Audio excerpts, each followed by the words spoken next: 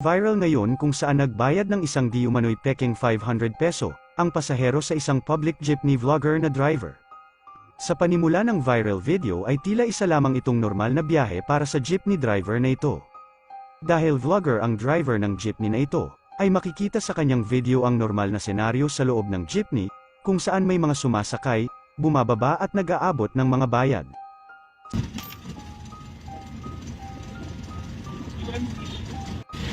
Palparan.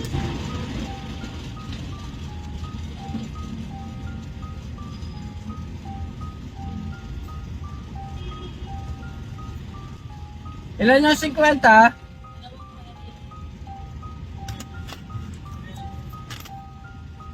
Sukli po sa 20 oh. Sa 50 po oh.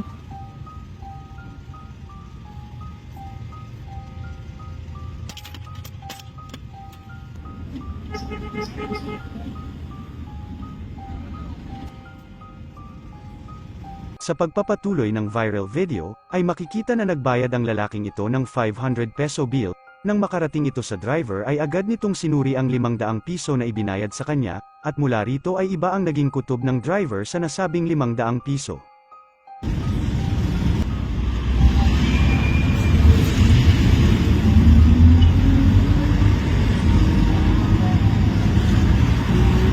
Saan tong 500?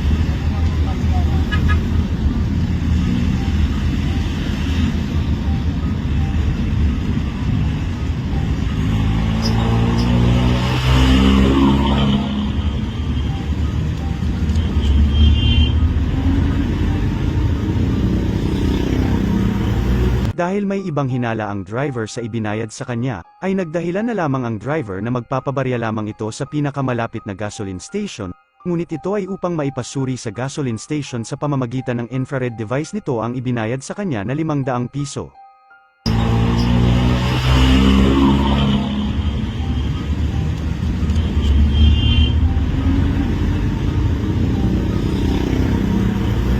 Saglit lang kuya, sukli ha, magkapalit lang tayo sa gasolinahan.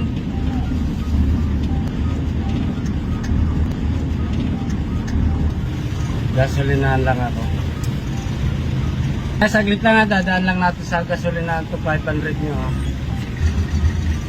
Nakakas yung barya eh. At ito ang kanyang nakumpirma.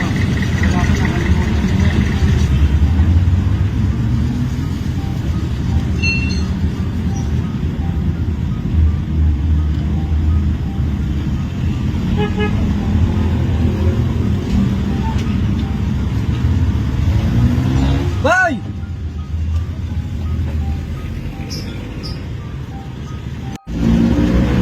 Kaya papalit nga ang 500. Alanganin ako, hindi bumabangon eh.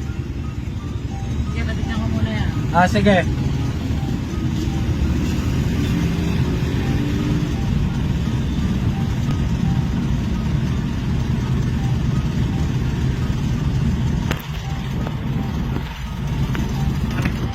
Yan.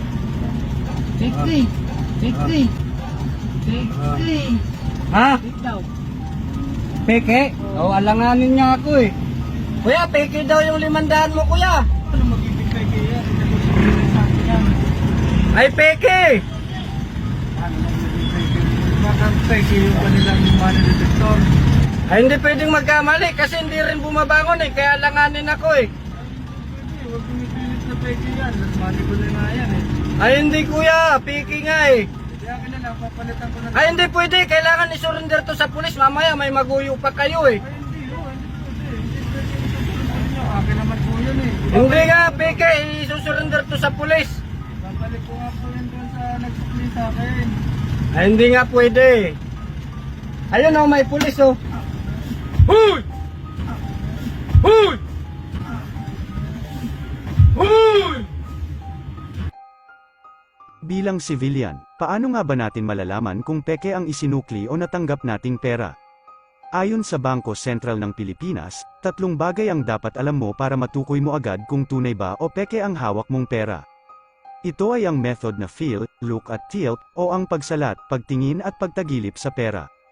Sa method ng pagsalat, ang totoong pera ay naka-embossed sa itaas na parte ng salapi ang salitang Republika ng Pilipinas dahilan upang kapag ito ay iyong sinalat ay mararamdaman mo ang bawat letra nito. Ang method naman para sa pagtingin, ay dapat kitang-kita at detalyado ang pagkakalimbag at ang mga watermarks sa hawak mong pera, malinaw ang mga security fibers, at ang mga asymmetrical serial numbers nito.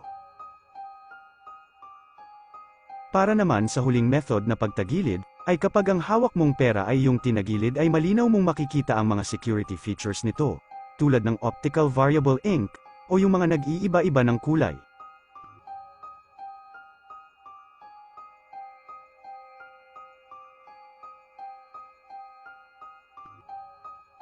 Malinaw mo rin dapat na makikita ang concealed numerical value, o ang nakatagang numero kung magkano ang hawak mong pera kapag ito ay iyong tinagilid.